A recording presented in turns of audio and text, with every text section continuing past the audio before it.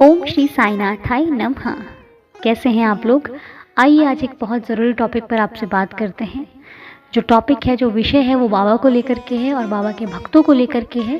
क्योंकि कुछ नए भक्त जो साईं से जुड़ते हैं, उनके मन में हमेशा एक ख्याल होता है बाबा को प्रसन्न करने का, खुश करने का, पूजा करने का। साईं को कैसे प्रसन्न किया जाए?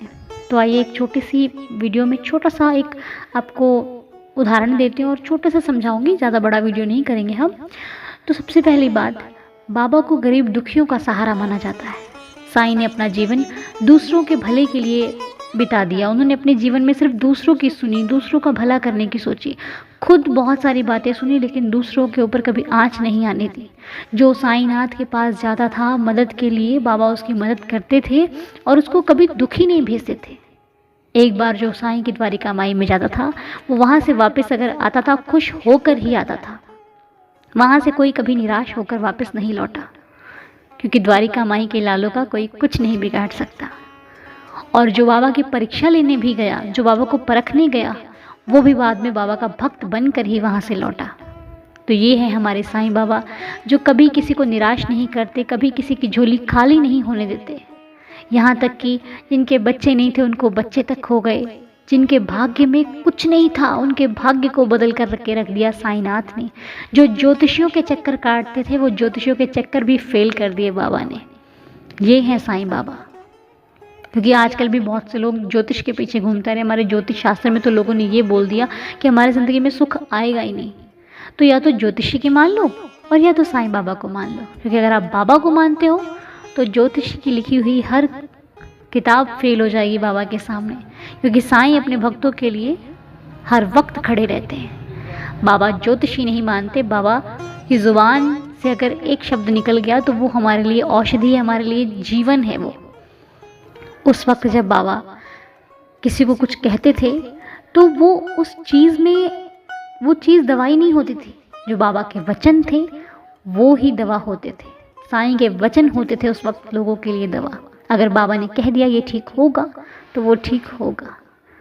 और आज भी बाबा की समाधि चलती है, फिरती है, बात करती है, अपने भक्तों के कष्टों को हरती है।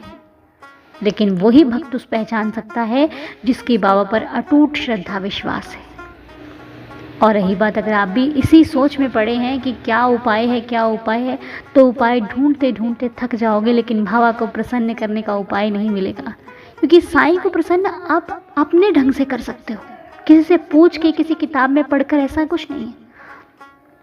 अगर आप बाबा से नए जुड़े हैं तो आप सबसे पहले बाबा की एक छोटी सी प्रतिमा ले आइए, या फिर एक फ़ोटो स्वरूप ही अपने घर पे रखिए बाबा का। जो खाते हो वो खिलाओ, जो पीते हो वो पिलाओ, ठीक है? एक टॉफ़ी भी खाते हो ना, वो भी साईं को अपने खाने से पहले साईं को खिलाना सीखो। आपकी ज़िंदगी में एक जैसे घर का मेंबर होता है ना, वो हो जाएंगे बाबा। आपको लगेगा कि आपके घर का एक सदस्य बढ़ गया है। ऐसे हैं साईं बाबा। आप भले, आपके पास उतना नहीं है कि आप गरीबों को अन्नदान कर सको, आप किसी को खिला सको, इतना नहीं है आपके पास, तब भी कोई बात नहीं। लेकिन आपकी इच्छा, आपकी जो नीयत है ना, वो साफ़ होनी चाहिए। क्योंकि कई बार क्या होता है, लोगों के पास पैसे होते हैं लेकिन उनकी नीयत नहीं होती किसी को खिलाने की। इससे खुश नहीं होते बाबा।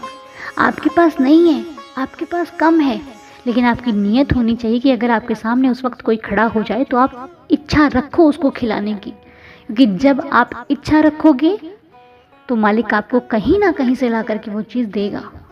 वो आपको कभी निराश होने नहीं देगा। क्योंकि दुनिया जो फालतू बोलती है, जो हमें डिमोटिवेट करती है, वो तो दिखती है, लेकिन जो हमें मोटिवेट करता है ना, वो हमारे अंदर है। तो इसलिए अंदर जो बैठा है वो आपको कहीं ना कहीं से प्रबंध करके देगा, लेकिन देगा। इसलिए आप बाबा को खुश करने के लिए पहले खुद खुश हो जाओ, बाबा अपने आप खुश हो जाएंगे। जब आपको खुश देखेंगे ना, वो खुद खुश हो जाएंगे। क्योंकि आप खुश तब हो सकते हो जो आप संतुष्ट होगे। तो जितना है उस मालिक ने जितना दिया है उतने में संतुष्ट रहना सीखो, क्योंकि यही ज़िंदगी है। अगर हम ज़्यादा की चाह रखेंगे तो हमारी कभी ख़त्म नहीं होगी। हमें मिलता जाएगा, हम और बढ़ते जाएंगे। लालच है, ये कभी ख़त्म नहीं होगा। हम जितना हमें मिलेगा हम और लालच करेंगे, फिर हमें मिलेगा हम और लालच करेंगे। लेकिन जब हम संतुष्ट हो जाएंगे तो हमारे पास चाहे एक चीज़ है चाहे दो चीज़ें हैं, हम उसमें संतुष्ट हैं। हमें कोई भागा दौड़ी नहीं लगी है कि हमें चाहिए, क्योंकि जो व्यक्ति संतुष्ट नहीं होता, उसके पास लाख धन भरा हो, उसे उसमें भी संतुष्टि नहीं होती। लेकिन जो संतुष्ट होता है वो झोपड़ी में रहकर भी बहुत खुश होता है। ठीक है। और आप तो बाबा के भक्त हो, आप चिंताओं से क्यों डरते हो?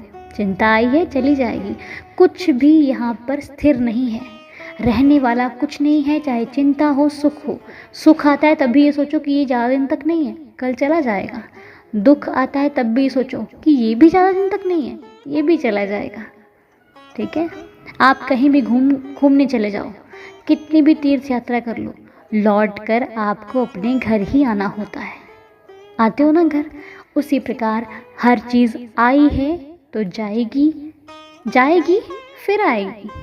इसलिए अपने आप को डिमोटिवेट मत होने दें, खुद को खुश रखिए। साईं आपकी खुशी में खुश हैं।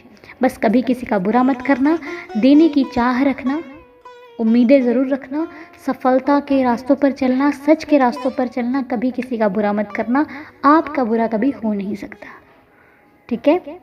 वीडियो अच्छा लगा हो तो कमेंट में ज़रूर बता के जाइएगा। चैनल पर नए हैं तो सब्सक्राइब करके जाइएगा। आगे के लिए जो भी आपको वीडियोस के टॉपिक देने हैं आप मुझे दे सकते हैं। आपके मन में कोई डाउट है वो आप मुझे कमेंट में लिख सकते हैं। मिलेंगे नेक्स्ट वीडियो में। ओम साई राम, जय साई राम।